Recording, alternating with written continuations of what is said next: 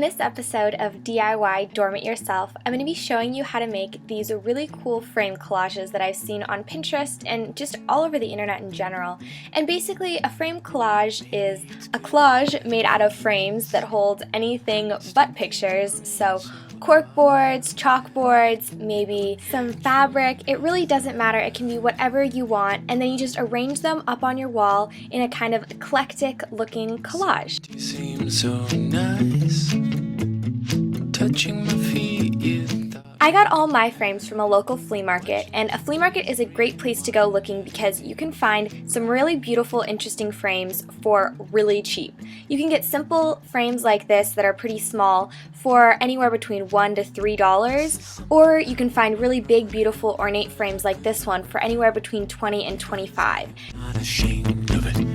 Make a moment as the moon gets tossed around and you're so upside down. Till there's time to slow down. So once you've got all of your frames, it's time to head out to your local hardware store or paint supplier and choose some paint colors to decorate your frames. Now originally I was going to go with spray paint because that's a lot easier, but I couldn't find it in a color that I wanted, so I ended up just going with regular paint, and you can paint these whatever color you would like. Originally I decided I would paint it a very light blue color because I had white walls, but I didn't end up liking it, and then I went back and painted with the color that Maya had originally chosen, which was just a plain white. So I recommend either doing a really bright color or something that's very, very basic so that it goes with everything. Before you begin painting, you're going to want to remove any glass or backings that the frames have, so you just have the wood part, and this can be done using some pliers or anything like that, and then you are ready to start. Upside down, till there's time to slow down.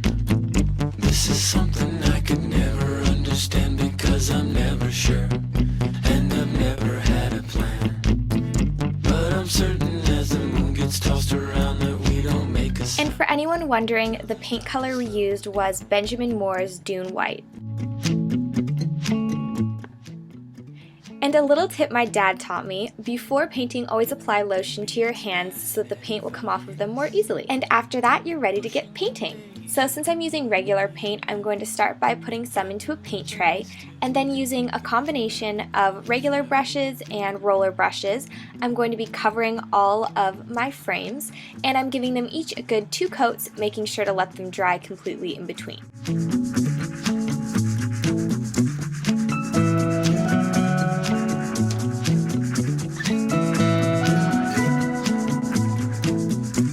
Then comes my favorite part, which is filling the frames. So I'm going to start by teaching you how to do a simple cork board, which are great for college dorms because you can hang all of your loose papers on it so things are never lost, plus they're super, super cute.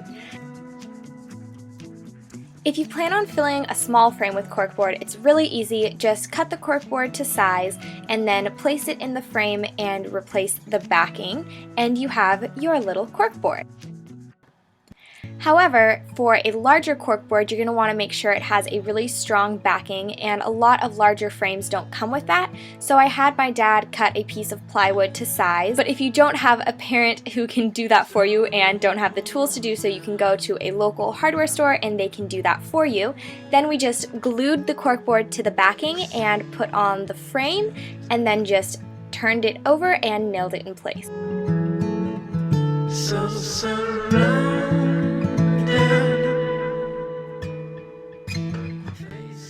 And there is your finished product.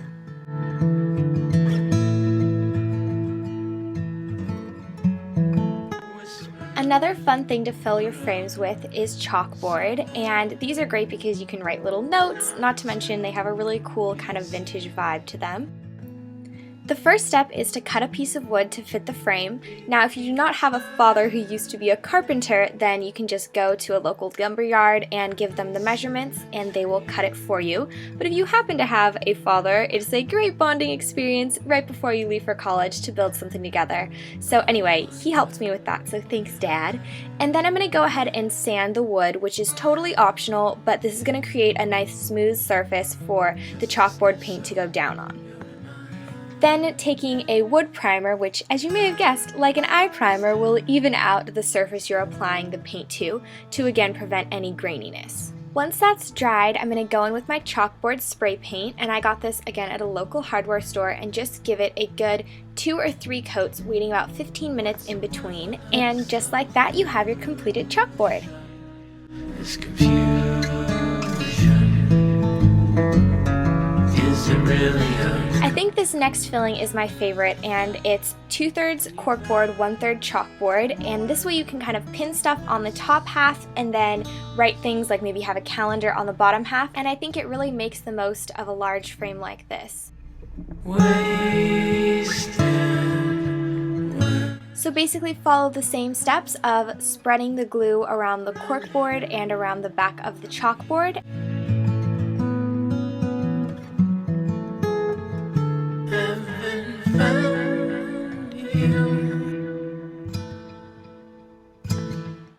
Then we're placing both pieces into the frame and securing the back using screws.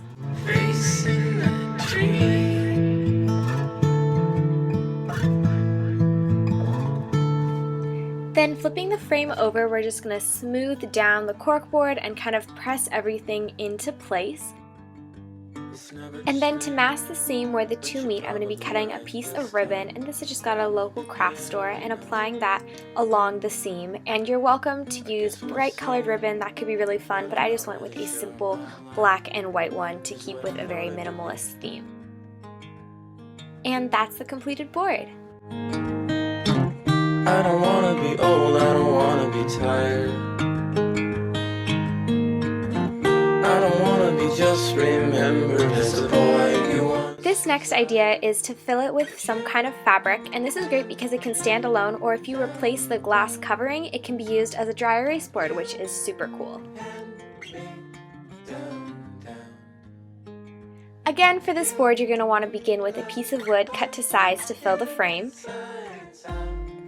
Next, taking that piece of wood, place it along your fabric, decide what part of the fabric you want on it, and then just cut it out, leaving about an 1 to 2 inch margin around for gluing. Then simply glue along the edges of the board and fold over the fabric, pressing it firmly in place. Am I holding on? 'Cause I never intended to keep you from doing anything. Plus I'm not that strong. If you want to do a dry erase board, choose a simpler fabric like this burlap that my friend Maya decided to use. Otherwise, choosing a really fun, bright fabric, maybe something with writing like this, makes a great wall accent. And then the final step is to arrange these on your wall. Now mine are going in my dorm room, and I'm not there yet, so I don't know exactly how they'll be hung up, but I'll definitely have pictures when they do.